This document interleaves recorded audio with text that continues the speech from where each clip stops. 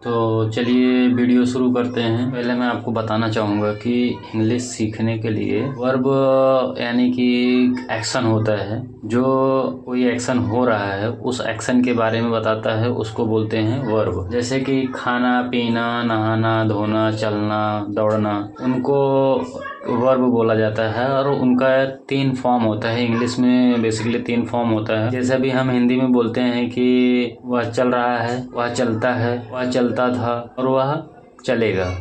तो इस प्रकार से इंग्लिश में भी इस तरह के वर्ब्स होते हैं और उसका आना बहुत ज़रूरी है। तो ये सारे वर्ब्स ध्यान में रखना बहुत ज़रूरी है। तो देखते हैं पहला वर्ब क्या है, गो, जिसका मतलब होता है जाना।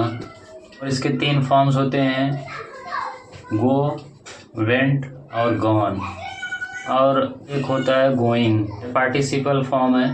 कम मतलब होता है आना। पार्टिसिपल फॉर्म देखेंगे तो ये होता है कमिंग। ये 2 वर्ब हो गए। और तीसरा है ईट।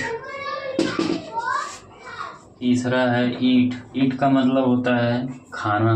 और इसका जो तीनों फॉर्म होता है ईट का, वो होता है ईट, एट, ईटन। ईट, एट और ईटन, खाना, खाना, खाया और खा चुका है। ये पार्टिसिपल फॉर्म है। और अपना चौथा जो वर्ब है वो है वेकअप।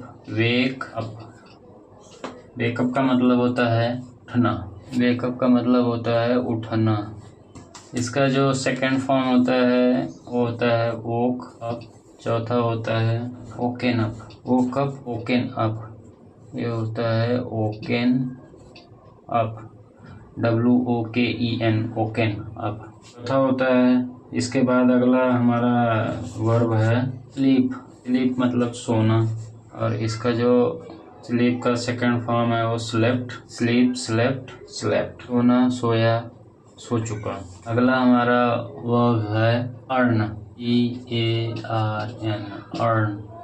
अर्न का मतलब होता है कमाना। इसका जो फर्स्ट और सेकंड और थर्ड फॉर्म होता है वो होता है अर्न्ड।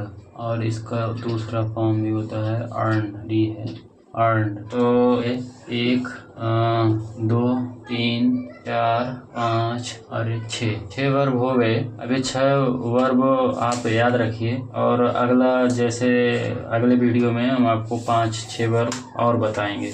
हर वीडियो में 5-6 वर्ब बताते जाएंगे, आप याद करते जाइए और इसके हिसाब से हम लोग आगे बढ़ते जाएंगे। तो ये हो गया वर्ब्स। और इन्हीं वर्ब के आधार पे हम लोग आगे सीखेंगे। ये होता है BEB। बी मतलब होता है होना। इज मतलब है। आर मतलब है, एक से ज़्यादा लोग। और वॉज का मतलब होता है था। वर का मतलब होता है थे। यानी कि जब भी हम किसी सेंटेंस को बोलने की बात करेंगे जहाँ पे आपको लगे कि हमको थे बोलना है, तो वहाँ पे वर यूज़ करेंगे। जहाँ पे था तो वॉज। तो ये हो गया।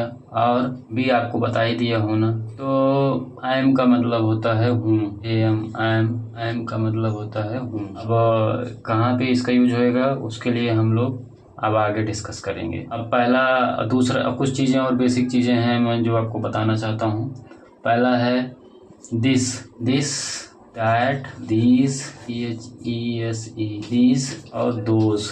दिस मतलब यह, दैट मतलब वह, दीज मतलब ये और दोज मतलब वे। दिस का मतलब अगर हिंदी में देखा जाए तो ए भी होता है, ए।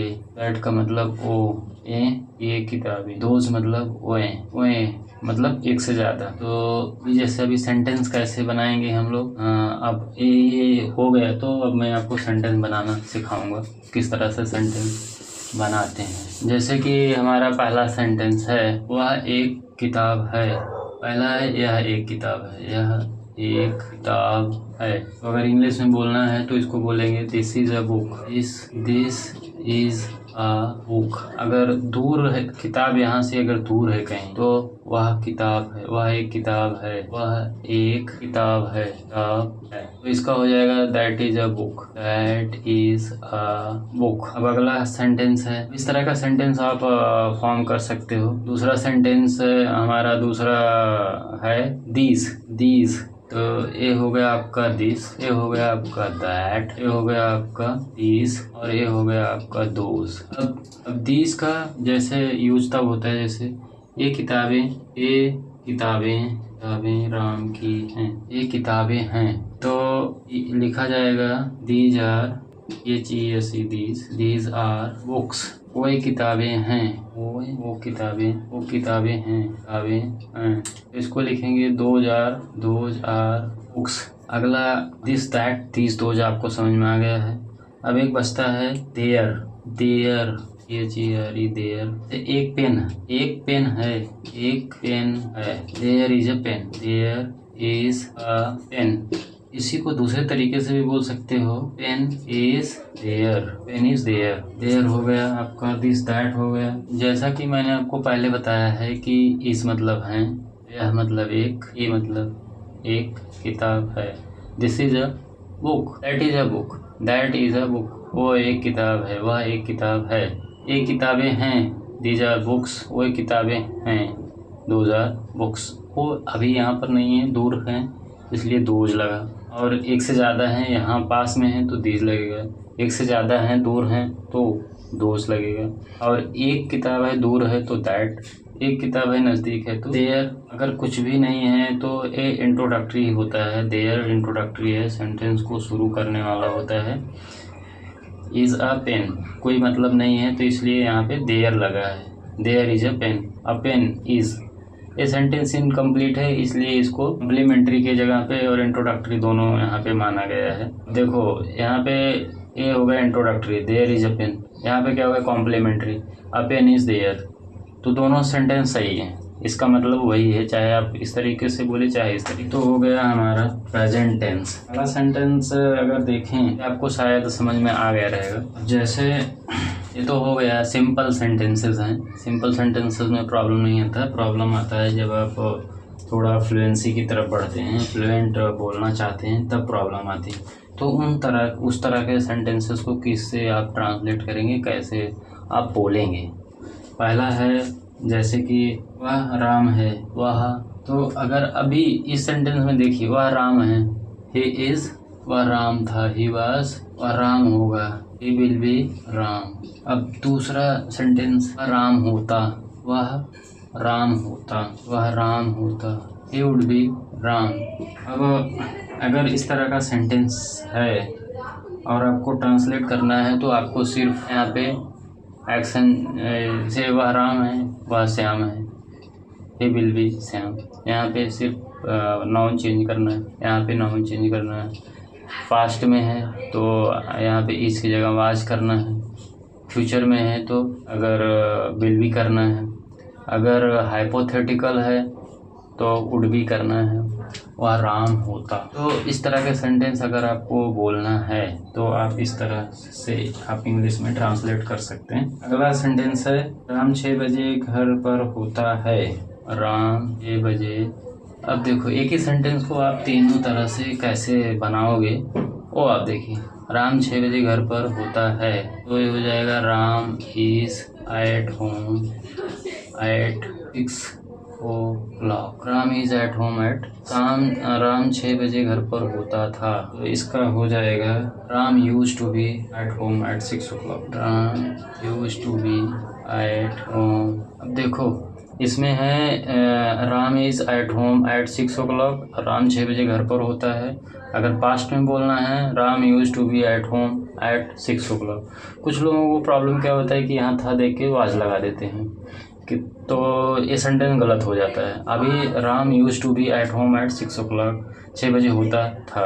और यहाँ पे अगला सेंटेंस है राम 6 बजे घर पर होगा, ये भी फ्यूचर की चीज़ें हैं तो इसको आप कैसे ट्रांसलेट करेंगे, Ram will be at home at 6 o'clock। तो देखो आपको यहाँ पे अब देखो Ram is at home at 6 o'clock, Ram 6 बजे घर पर होता था। Ram use to be at home at 6 o'clock। यहाँ पे देखो यूज टू हो गया, वाज नहीं हुआ, क्योंकि यहाँ पे तो ही वॉज राम, वहाँ राम था। ही इज़ राम, और राम है। ही विल बी राम, वह राम होगा, वह राम होता है। He would be Ram. तो उस हिसाब से अगर आप देखोगे तो यहाँ पे भी वाज होना चाहिए, लेकिन ये वाज नहीं होगा, यहाँ पे यूज टू बी होगा, यूज टू बी। और अगला सेंटेंस है राम 6 बजे घर पर होगा। Ram will be at home, ए ओ है, एट होम एट 6 o'clock, 6 बजे घर पर होगा शाम को। तो विल बी होगा, विल बी ही होगा। क्यों? क्योंकि यहाँ पे 6 बजे की बात तो हो रही है, तो 6 बजे का मतलब है कि सुबह वो लोग बात कर रहे होंगे कि 6 बजे शाम को होगा, तो इसका मतलब है कि ये फ्यूचर होगा। अगर यहीं पर होता है कि राम घर पर होगा, तो यहाँ पे होता है Ram would be at home. जैसे कि वह घर पर होगा, 6 बजे वह घर पर होगा, तो ये फ्यूचर की बात है। अगर अभी की बात करें, वह घर पर होगा, तो he would be at home. तो अगला सेंटेंस अगर यहीं पर होता अगला सेंटेंस राम, तो यहाँ पे हो जाता Ram will be at home at 6 o'clock। तो ये हो गया आपका कंपैरिजन करके आप किस तरह से सेंटेंसेस को बना सकते हो। इसमें आपको सिर्फ एक्शन चेंज करना है, और एक्शन अगर एक बार ये सेंटेंस आपके दिमाग में बैठ गया तो दूसरा सेंटेंस आप ऑटोमेटिकली फॉर्म कर सकते हो। सिर्फ प्रॉब्लम यहाँ पे आपको क्या आने वाली है कि कहाँ पर कौन से टेंस में कौन सा हेल्पिंग वर्ब लगाएं। तो जो हेल्पिंग वर्ब है इज़, वाज और विल बी, इनको ही आपको रिप्लेस करना है और एक्शन को रिप्लेस करना है। ये तो अभी इसमें एक्शन है नहीं, ये तो स्टेट ऑफ बीइंग का सेंटेंस है। स्टेट ऑफ एक्शन जब आएगा तो आपको वहाँ पे पता चलेगा कि कैसे वर्ब को रिप्लेस करना है और हेल्पिंग वर्ब को रिप्लेस करना है। दो ही चीज़ रिप्लेस करना है, बाकी का सारा सेंटेंस का फॉर्मेशन ऐसे ही रहने वाला है। और एक चीज़ मैं आपको बता दूँ, जो इंग्लिश सेंटेंसेस होते हैं वो SVO के क्रम में होते हैं, नहीं कि सब्जेक्ट पहले, वर्ब उसके बाद और ऑब्जेक्ट उसके बाद। तो सीक्वेंस सेंटेंस का वही होना चाहिए, SVO। हिंदी में कैसा भी सेंटेंस रहने दो, हिंदी एज इट इज़ आप हिंदी से इंग्लिश ट्रांसलेट नहीं कर सकते हैं। बहुत सारे सेंटेंसेस ऐसे होते हैं जो एज इट इज़ ट्रांसलेट हो जाते हैं, पर बहुत सारे ऐसे भी सेंटेंस होते हैं जो एज इट इज़ ट्रांसलेट आप इंग्लिश में नहीं कर सकते हैं। वो जिस फॉर्मेशन में होते हैं उनको उसी फॉर्मेशन में आपको एक्सेप्ट करना पड़ेगा, याद करना पड़ेगा, तो ये आप इंग्लिश जाके सीख पाओगे। अगर आप सोचोगे एकदम डिट्टो हिंदी से इंग्लिश ट्रांसलेट करें तो वो पॉसिबल नहीं हो पाएगा। तो ये था हमारा आज का टॉपिक। प्रेजेंट टेंस का हमने सेंटेंस रखा, पास्ट टेंस का टेंस रखा, टेंसेस रखे, फ्यूचर टेंस के रखे, हाइपोथेटिकल रखे और इमेजिनरी सेंटेंस अभी हम आगे पढ़ाएंगे। तो इतना ही देखते हैं। और आप लोगों को अगर ये वीडियो पसंद आए तो लाइक करो, शेयर करो और कमेंट करके बताओ आपका अगर कहीं कुछ प्रॉब्लम आया हो तो हम आपको कमेंट में आंसर करेंगे।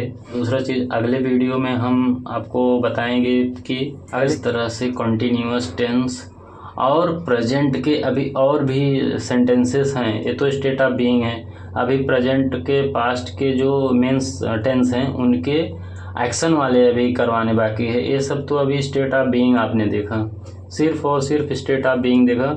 इसके बाद स्टेट ऑफ एक्शन है, स्टेट ऑफ पोजीशन है, वो सारे सेंटेंसेस भी आप देखोगे।